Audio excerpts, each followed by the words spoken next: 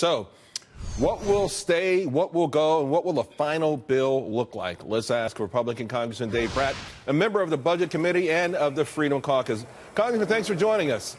Hey, Charles, great to be on. Thank you. It's great to have you on. We can see the finish line. We can see it. I think it's there.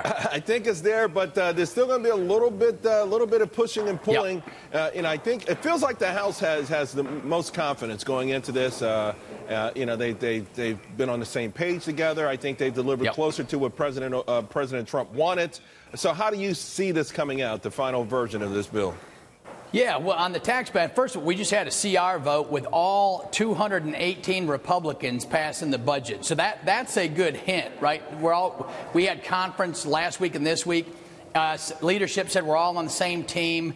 And so while that holds, that is just tremendously good news. And so on the tax bill, I mean, there's a few things hanging out there on the Senate side, right? The Senate side delays the corporate rate reduction until next year. Hopefully they can fix that up. The AMT, like you said, is in play. There's a few other pieces, but the Senate also did some good heavy lifting. They got rid of the individual mandate. That freed up $340 billion to help pay for some of the other stuff. And then lately there's a rumor that the corporate rate is going up to 22. That's not good news. The major piece that's non-negotiable in my book, I taught economics for 20 years, is getting the rates down. Right? Larry Kudlow and Art Laffer and all the economists you meet with. The pro-growth piece is the most important by far, right? So you can have compromise about deductions and who wins and who loses on some of the smaller pieces. But getting the rates down, that's the whole thing. That's the pro-growth piece. That'll provide the kids jobs, increase wages for the first time in 30 years.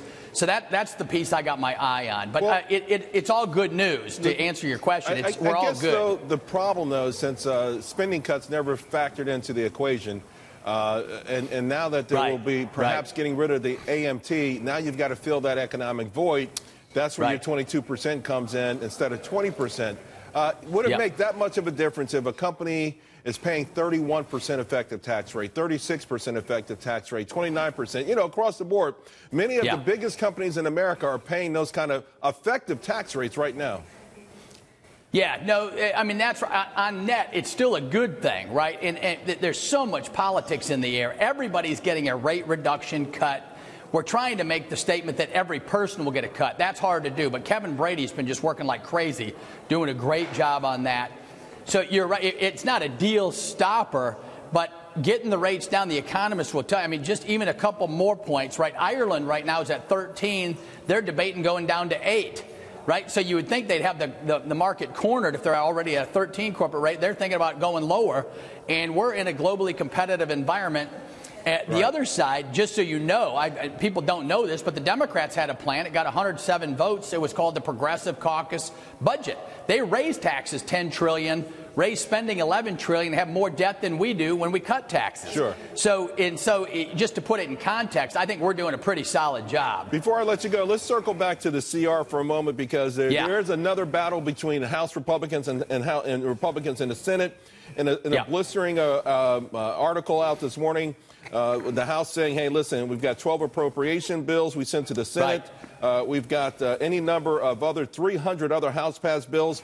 You and your brethren in the House really pushing your Senate colleagues on the Republican side of the aisle to get some things done. And it feels like ultimately the CR could be the ultimate battleground. Yeah, no, it's a big deal, right? We work like crazy. Frelinghuysen is the chair of Approps. He got 12 Approps bills through in record time. We did heavy lifting. No one's totally happy with the rise in spending, even some of those bills. But as a team, we all got to that. And now the Senate didn't even take action. 77 days they've had, and they can't do anything. So we stuck together on that one. We would love to see a vote. We'd love to see the Senate do its homework on that one. We voted for a CR today.